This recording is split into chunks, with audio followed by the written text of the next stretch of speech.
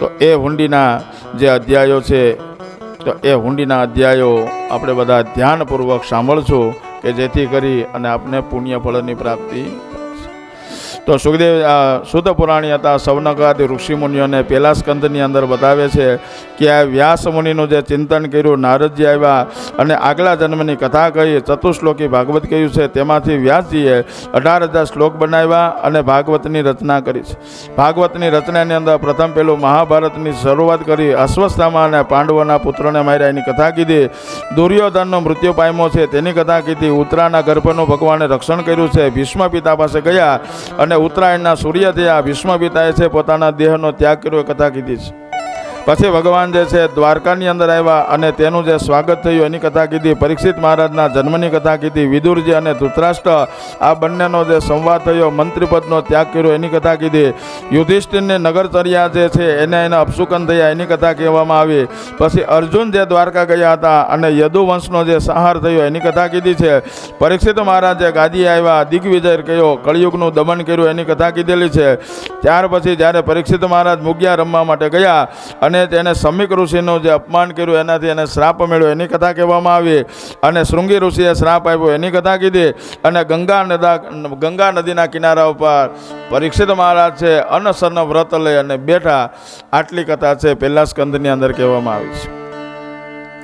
બીજા સ્કંદની અંદર સુત પુરાણી હતા સૌનકાદિક ઋષિમુનિઓને કહે છે કે બીજા સ્કંદની અંદર સુખદેવજી મહારાજ ત્યાં આવ્યા છે, પરીક્ષિત મહારાજ એને પૂજન અર્ચન કરી એના પ્રશ્નો કર્યા છે એ કથા કહેવામાં આવી. ભગવાનનું વિરાટ સ્વરૂપ જે ધારણ કર્યું હતું તો એ વિરાટ સ્વરૂપનું વર્ણન જે છે એ સુખદેવજી મહારાજે કીધેલું છે.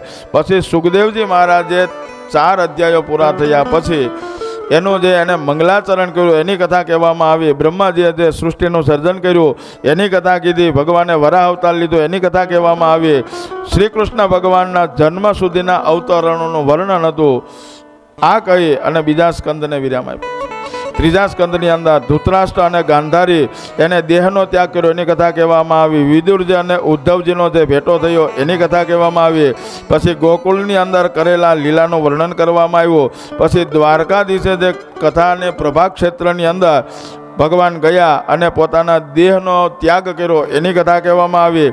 પછી પ્રાકૃતિક વૈકૃતિક આવા સૃષ્ટિનું વર્ણન કર્યું, માનસી અને મૈથુની સૃષ્ટિનું વર્ણન કર્યું, વર્ણાશ્રમને જે કર્યા છે એનું કથા કીધી, વરાહ અવતાર થયો અને હિરણ્યાક્ષને હિરણ્યકશિપુને ભગવાને જે માર્યા એની કથા કહેવામાં આવી. જય અને વિજયને જે શ્રાપિત થયા એની કથા કહેવામાં આવી. વરાહ અવતાર લઈ અને મનુરાજાના વશની કથા કીધી, કરદમ ઋષિ જે હતા એના તપની કથા કીધી, દેવહૂતિ દ્વારા ભગવાને કપિલ તરીકે જન્મ ધારણ કર્યો એની કથા કહેવામાં આવી. પછી એને ત્યાં 9 દીકરીઓ થઈ છે એની કથા કહેવામાં આવી. પછી સાંખ્ય શાસ્ત્ર જે હતું એની કથા કીધેલી છે. પ્રકૃતિ અને પુરુષની કથા કીધી અને ભક્તિ યોગના લક્ષણો, કાલનું વર્ણન, અને કપિલ ભગવાન હતા તીર્થયાત્રા કરતાં કરતાં જે સમુદ્રના કિનારે આવી અને આશ્રમ બનાવ્યો અને જ્યારે માં ગંગા ઉતરા છે અને ગંગા અને સાગર બંને જણા મળ્યા એનું મિલન એની કથા કહી અને સુત પુરાણી હતા એ ત્રીજા સ્કંદને વિરામ આપ્યો. ચોથા સ્કંદની અંદર બતાવ્યું છે કે ભગવાન શિવના જે લગ્ન થયા છે તો આ લગ્નની કથા કહેવામાં આવી. ધ્રુવજીનું જે આખ્યાન હતું એ કથા કહેવામાં આવી. ઉત્તમને જે માર્યો છે એની કથા કીધી, ધ્રુવજીએ જે યક્ષોને માર્યા એની કથા કહેવામાં આવી, અને કુબેર એના ઉપર પ્રસન્ન થયા એ કથા કહેવામાં આવી. વેનની કથા કીધી છે, પૃથુ મહારાજના જન્મની કથા કીધી, પૃથ્વીનું દોહન કર્યું એની કથા કીધી, અશ્વમેઘ યજ્ઞની કથા કીધી, અને ધર્મની ઉપરની જે વાતો ધર્મની જે છે એ કથા કહેવામાં આવી. પ્રચેતાઓની કથા કીધી, પ્રાચીન બરહીની કથા કીધી, પુરંજનનું આખ્યાન કહે અને પ્રચેતાઓની કથા કહે અને ચોથા સ્કંદને વિરામ આપ્યો. પાંચમા સ્કંદની અંદર મનુરાજાના પુત્ર કે પ્રિયવ્રત અને ઉતાનપાદ હતા એના ચરિત્રની કથા કીધી. અગ્નિગ્રહ રાજાનું જે આખ્યાન હતું એ કઈ સંભળાવ્યું. નાભી રાજાની જે કથા હતી કીધી. વૃષભદેવની કથા કીધી. જૈન ધર્મની ઉત્પત્તિ થઈ એનું કથા કહેવામાં આવી. ભરતજીનું જે ચરિત્ર હતું એ કથા કીધી છે, અને બીજા 2 જન્મની કથા ભરતજી હતા એની કથા કહેવામાં આવી. અને ત્યારે કાલી માતા જે પ્રસન્ન થયા એની કથા કીધી. રહુગણ રાજાને આત્મજ્ઞાન આપ્યું એ કથા આવે છે. ભવાટવીનું વર્ણન આવે છે. ગંગા અવતરણની કથા આવે છે. અને ત્યાર પછી ખગોળ ભૂગોળ આનું વર્ણન કંઈ સંભળાવ્યું, અને જે દ્વીપો થયા છે આ દ્વીપોનું વર્ણન કંઈ સંભળાવ્યું. ત્યાર પછી સમુદ્રનું વર્ણન કર્યું, સૂર્ય અને ચંદ્ર એનું પૃથ્વીથી અંતર કેટલું છે એ વર્ણન કહેવામાં આવ્યું, અને 28 પ્રકારના નરકો છે એનું વર્ણન કરી અને 5મા સ્કંદને વિરામ આપ્યો છે.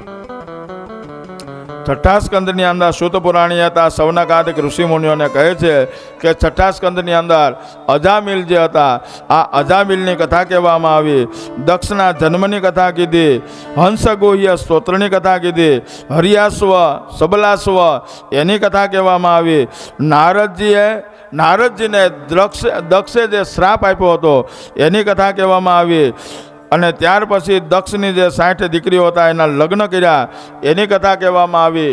અને નારાયણ કવચ કેટલું શ્રેષ્ઠ અને ઉત્તમ છે તો એવું નારાયણ કવચનું પણ કહેવામાં આવ્યું. પછી વિશ્વરૂપ વૃત્રાસુર આની કથા કીધી, દધીસી રુચિની કથા કહેવામાં આવી છે. ઇન્દ્રને જે બ્રહ્મ હત્યા લાગી હતી તો બ્રહ્મ હત્યાનું જે નિવારણ થયું એની કથા કીધી. દીતીએ પયોવ્રત કર્યું છે, અને આ પયોવ્રતનું જે હતું એ પયોવ્રતથી 49 મરુદ ગણો જે ઉત્પન્ન થયા એની કથા છે સવિસ્તાર કહી અને 6ઠા સ્કંદને વિરામ આપ્યો છે. 7મા સ્કંદની અંદર સૂત પુરાણી હતા, સૌનકાદિક ઋષિમુનિઓને કહે છે કે 7મા સ્કંદની અંદર હિરણ્યાક્ષ ને ભગવાને વરાહ અવતાર લઈને માર્યો, પણ હિરણ્યકશિપુને ભગવાને છે ઋષિ અવતાર લઈ અને માર્યો એની કથા કહેવામાં આવી. પછી બ્રહ્માજીનું વરદાન એ જ્યાં હિરણ્યકશિપુએ લીધું હતું, તપ કર્યું હતું એ કથા કહેવામાં આવી.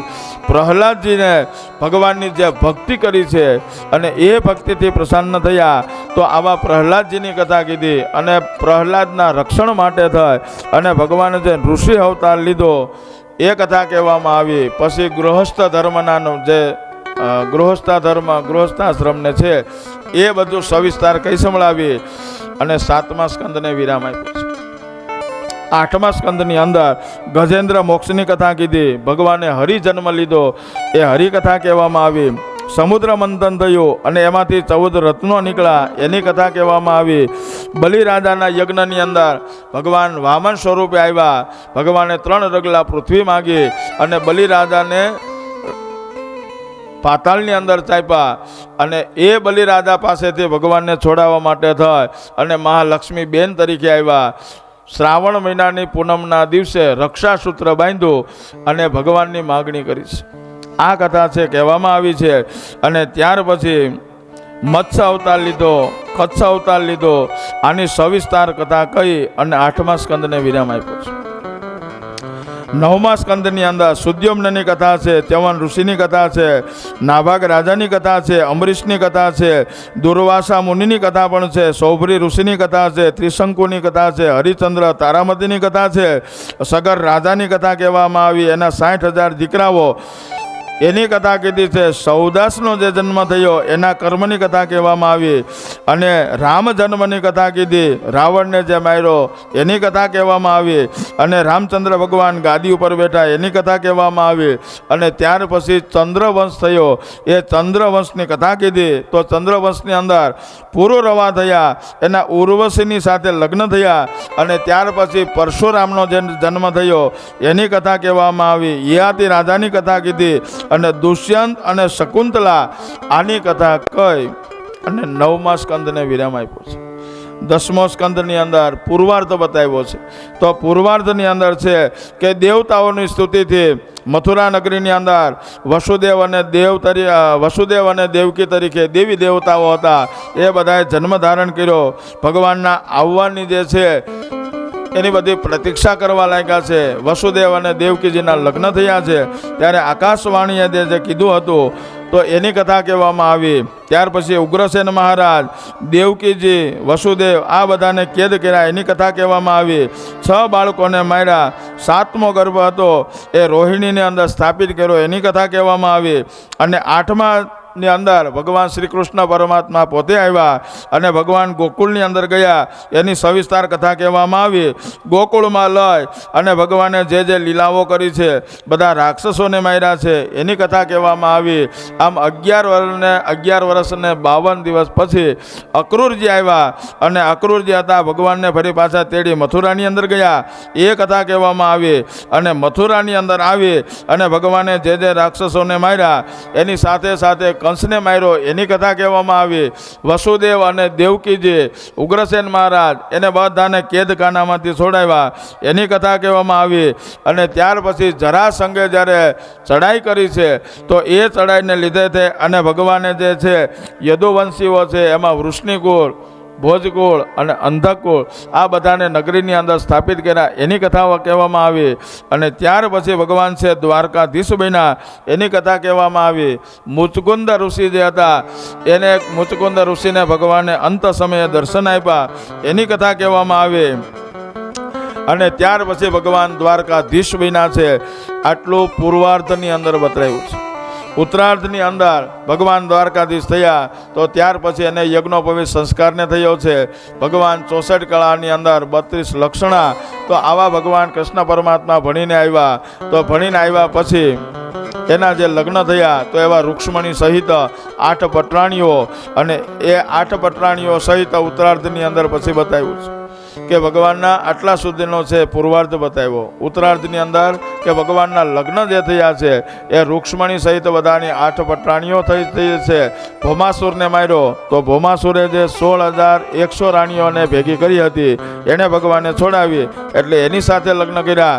તો આમ લગ્નનો વંશ વારસો વધવાથી ભગવાનના જે સંતાનો થયા એ સંતાનો સહિતની કથા કહેવામાં આવી. અને ત્યાર પછી ઓખા અને અનિરુદ્ધની કથા કીધી છે. અને પાંડવોનો જે યજ્ઞ કર્યો તો શિશુપાલનો વધ કર્યો એની કથા કહેવામાં આવી. સાલ્વનો વધ કર્યો એની કથા કીધી. અને શ્રી કૃષ્ણ અને સુદામા ચરિત્ર આ બંને જણાનું જે મિલન થયું એ મિલનની કથા કહી અને 10મો સ્કંદનો ઉત્તરાર્ધ એવા 90 અધ્યાયો કહી અને એને વિરામ આપ્યો. પછી 11મા અધ્યાયની અંદર કે જ્યારે સુખદેવજી મહારાજે પરીક્ષિત મહારાજને પૂછ્યું એટલે બધા નિકાલસ એનું જે પાપ હતું, એની જે આસક્તિ હતી, એના જે માયા હતી, તો આ બધું છોડી દીધેલું છે. હવે એને કોઈ પણ જાતની કોઈ પણ વસ્તુમાં એને આસક્તિ નથી. આમ જ્યારે કીધું એટલે સુખદેવજી મહારાજ હતા એ ત્યાંથી વિદાય થયા એની કથા કહેવામાં આવી. તક્ષક નાગ જે કરડવા માટે આવતો હતો, બ્રાહ્મણ પુત્ર મળ્યા તો એને જે સોનામોરને આપ્યા એની કથા કીધી. અને છેલ્લે તક્ષક નાગ જ્યારે પુલની ટોપલીની અંદર બેસી અને આવી અને પરીક્ષિત મહારાજ જે હતા એ પરીક્ષિત મહારાજને જે ડંખ માર્યો છે તો એ ડંખ માર્યો અને ડંખ મારવાથી પરીક્ષિત મહારાજે પોતાના દેહનો ત્યાગ કર્યો છે. એ દેહના ત્યાગની કથા કહે અને 11મા સ્કંદને વિરામ આપ્યો. અને 12મા સ્કંદની અંદર સુખદેવજી સુત પુરાણી હતા એ કહે છે સૌનકાદિક ઋષિમુનિઓને કે આવા હુંડીના જે છે કે કદાચ સાંભળવામાં, આવવામાં, બોલવામાં કઈ વહેલા મોડું થયું હોય તો એની ક્ષતિ માટે થઈ અને ખાલી જો આ હુંડી સાંભળે છે તો એ સાંભળવાથી પણ એટલું જ પુણ્ય પ્રાપ્ત થાય છે. 12મા સ્કંદની અંદર આટલું કહે અને છેલ્લે ફરી પાછું છે એ સુત પુરાણીએ મંગલાચરણ કર્યું છે. યમ પ્રમવજંતમનુપેતમપેત કૃતિયમ દ્વૈપાયનો વિરહ કાતર આજુહાવ પુત્રેતિ તન્મયતયા તરવો વિનેદો સ્તમ સર્વભૂત હૃદયમ મુનિમાનતોસ્મી. આવો ભગવાનનો ફરી પાછું છેલ્લે મંગલાચરણ કીધું છે. અને મંગલાચરણ કરી અને 12મા સ્કંદને વિરામ આપ્યો. બોલો દ્વારિકાધીશ કી